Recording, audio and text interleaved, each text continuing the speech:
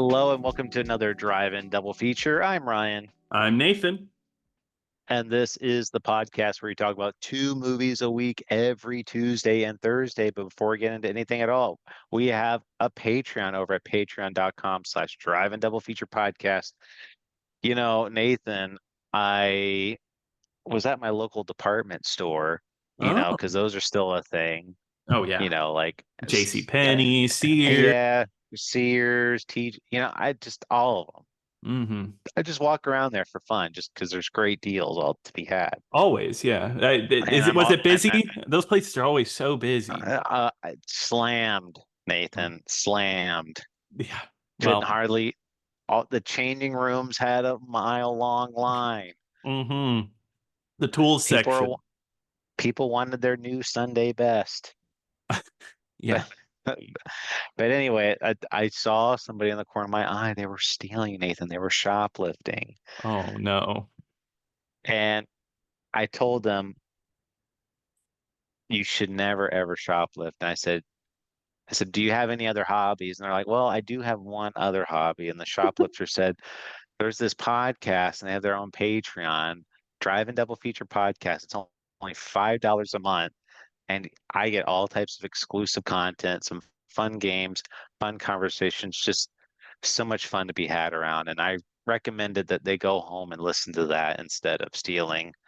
And they agreed. They dropped the stuff right there and they walked out and they just said, I hope Nathan and Ryan realize how much uh, I appreciate this. And I said, I think they know. We know. We know, buddy.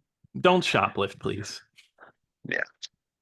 But anyway, yes, it doesn't affect any regular content. Please check out our Patreon. But today we are talking about 1950s I Was a Shoplifter, which is directed by Charles Lamont. Um, this movie stars Scott Brady and Mona Freeman. Um, it kind of starts out like a pretty ordinary movie at first, kinda like a very like real world problem. Mona Freeman, who plays Faye Burton, is just kind of walking around a department store and she's just casually stealing, which the movie makes it a point at the very beginning that it specifies that women shoplift more than men do. Yeah, I think they say for every one man shoplifter, there's 9 women shoplifters. Exactly. So I was kind of like, okay. And they had to prove that point by showing her stealing because she just kind of had like this little, she was just kind of stealing some clothes from the department store there. And another gentleman was there who also admitted that he was stealing as well. Like he kind of spotted her and said, like Yeah. he was a shoplifter because he had like this big giant package, like he was shipping something, Hmm. but he was taking clothes and things like that into that package and like kind of stowing them away. But here's the problem. There's 8 other women shoplifters in that store, and they don't even focus on them. They just get 2 and they call it a day. But there's 10 shoplifters for every department store at It's any just one time. like just this epidemic going on in New York where This, like people are just getting like wildly stoned. Like people like that's just one store, Nathan. One store had 8 shoplifters. Like yeah. this would just be like imagine you go to like Macy's or something like that. And there's probably like 18 shoplifters there, Oh my God. Yeah. all women. Yeah. Multiple floors. They got it. Yeah. It's crazy. But yeah, it's funny. I thought this movie would do more of like a crime movie thing where it was like shoplifting is an epidemic in the real world, like really going into like details. It kind of I drops that angle at first, like it does it I, and then it drops it. I kind of thought it was just going to be kind of like a woman kind of falls into like the world of shoplifting. Like she kind of like he accidentally steals something and then like oh like that was so thrilling and then it just becomes Hmm. like a game to her. Like she just sees like how much she can steal before eventually getting caught and having this big downward spiral type of thing. But Yep. that's not what happens at all. Um, so Jeff, the other shoplifter, tries to warn her, you need to really cut this out type of thing. But she says like, no, no worries. and she ends up getting placed under arrest at the department store. Like the department store security guards like catch her and pretty much tell her like, if you sign this confession saying that you won't steal again, we'll let you go. Hmm. And it turns out Jeff was in the whole thing because he was actually like a part of like he was actually like an undercover police officer, like Yeah. pretending to be a shoplifter so that way he can pinpoint where the other shoplifters were. Yeah. And also, it's a big deal that her father is a judge. So she has deep connections as well. Um, Hmm. but yeah, you get that introduction to him actually being like a undercover shoplifter, because I guess it's such a big epidemic that there's like mobs, like mafias for shoplifting specifically. Oh yeah, well, and that's where the movie takes a turn because we're like I said, I was kind of just expecting like this very not mundane, but just kind of like a very much like this is a real problem and with real consequences, that type of thing. Hmm. But the movie does take a turn because there's another character that shows up named Ina, or that is apparently a leader of this shoplifting ring that's going on. Yep. And apparently Faye is like so well known, like like they're already know that Faye is like a shoplifter, so they're just like, you want to join our crew, become like one of the shoplifters, become part of the shoplifting gang? Yeah, and well, and like even if she were to say no, they would they force her to do it anyway. I guess they get young impressionable women that are soon like just start shoplifting and just kind of use them to steal stuff. Yeah. And kind of like the incentive that they have going for her is that they can get back her confession Yeah. so that way she can have her record totally clean. Yeah, and her dad doesn't get embarrassed or whatever. Um Hmm. yeah, so Now, what a wild setup that I was not expecting, because no, it becomes like a character villain movie because Ina, I think she actually played by Andrea King. Actually, she does something. I think there's one thing about this movie. There's not a lot of character, at least with our two leads. But no. the bad guys have something, because it's not only her, but Tony Curtis, pre-fame Tony Curtis, is also in with this group. Playing a man named Pepe. Yep, Pepe, of course. And he's doing a little accent. Also, did you notice that Rock Hudson shows up in this movie for like just a few, like for a very small bit role? I didn't until after I was reading after the fact. No. Yeah, yeah. But Tony Curtis's role is pretty big, and he's a nasty fellow. He tries to assault Mona, Right. or sorry, Well, Faye. before we get there, like, they kind of like try to show her the ropes of being a shoplifter. They're like, oh yeah, like if you just do this simple hand movement right here, just like that, like if you able to steal the like, or like walk around with a giant hat box and you can just take as much stuff as you want, just feed it right in there and nobody will ever notice. It kind of reminded me of a Bond movie, like Q showing off the Oh, well, gadget. yeah, that was the thing. Like they like in their gang hideout, they have a fake department store like set Hmm. up in their gang hideout, so that way you can just steal so that way you can learn how to steal from there. What a concept! It's so it's so outrageous. Like that's how serious these people are at shoplifting.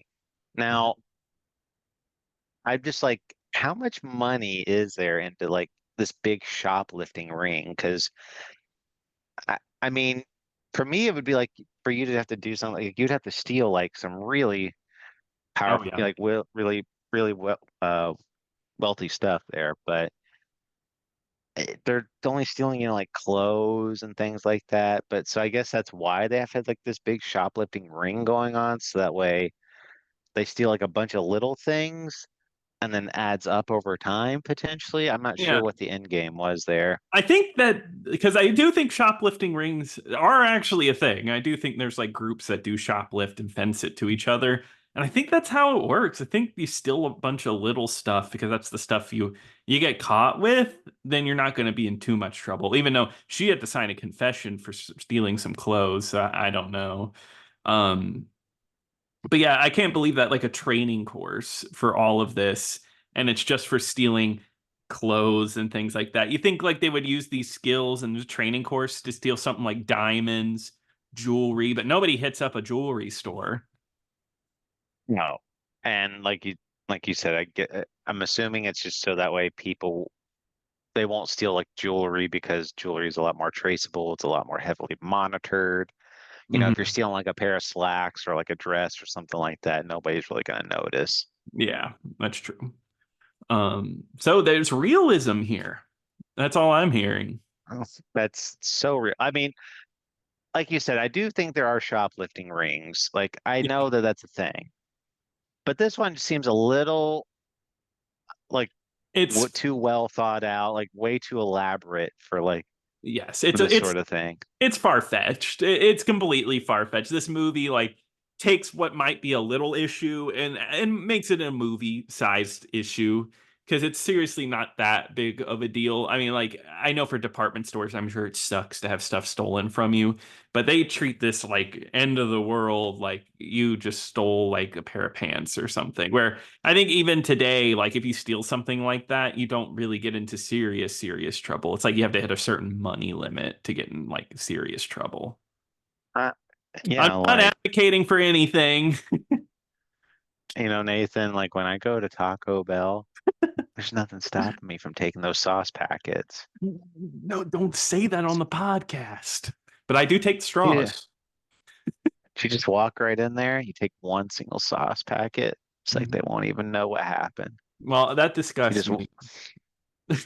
you just walk out the front door like nothing even happened. Uh-huh. Well, yeah, that's why I got really upset at that Tom Hanks movie, The Terminal, when he eats the sandwiches made out of saltines and ketchups. That's stealing.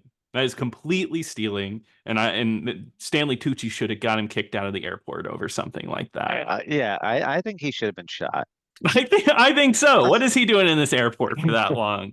And stealing our saltines, okay? I he steals all those cards. He takes them from other passengers to Yep. take their quarter. Garbage. Yeah, and I think Stanley Tucci did the right thing and made sure that he hired people that would cost more money and waste money for the airport just so he couldn't get quarters. Absolutely. Absolutely. But let's get back to our movie here. But yeah, I thought it was a little ridiculous.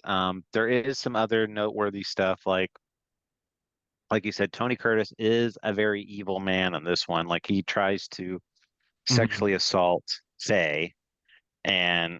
because of that, she is just so despondent. Like, because Jeff is trying to find her, and she ends up like throwing herself into the ocean.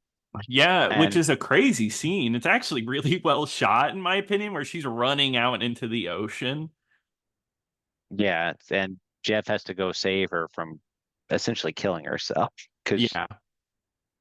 and that's when he kind of reveals to her that he's a cop. He's been a cop this whole time, and he's just trying to protect her. And that's kind of like where the romance starts. And like we go back to the other movie too, like as good as icky as like some of that other relationship kind of seemed, like this one it just seems kind of bland a little bit. Like Yeah, I didn't really see it coming, and when it happened, I just didn't care. I don't think it was very good. I don't think they should have done it. Like the cop in this, because she's playing a young girl. I don't know her age. She's probably 18, but she seemed like she's really naive and like very young, and it just didn't work with this older guy. yeah, I mean she works at a library pretty much. Mhm. She's like a librarian. So and at the time she was I'm looking at I think she was 24 at the time. Okay, she just looks young, but even then, I just felt like they didn't really work together. No, and I just don't think they really clicked that well, to be honest. And by the end of it, though, like they do find out eventually that Jeff is a cop, and and the movie kind of ends on this big car chase throughout Mexico, and they're trying to capture him, and it's like this really like big deal. Like they're trying to go after like this one car which has Ina, Pepe, and Hmm. Faye in there because Faye's been captured. Yeah, I did not expect this turn in the movie where they took the trip down to Mexico to kind of beat like some of the criminal charges, and they force Faye in the car, the explanation isn't it just like, oh, we just need her, we'll take her, but she's not going to get very far. They're going to murder her in Mexico, is what I got out of it. Yeah, pretty much.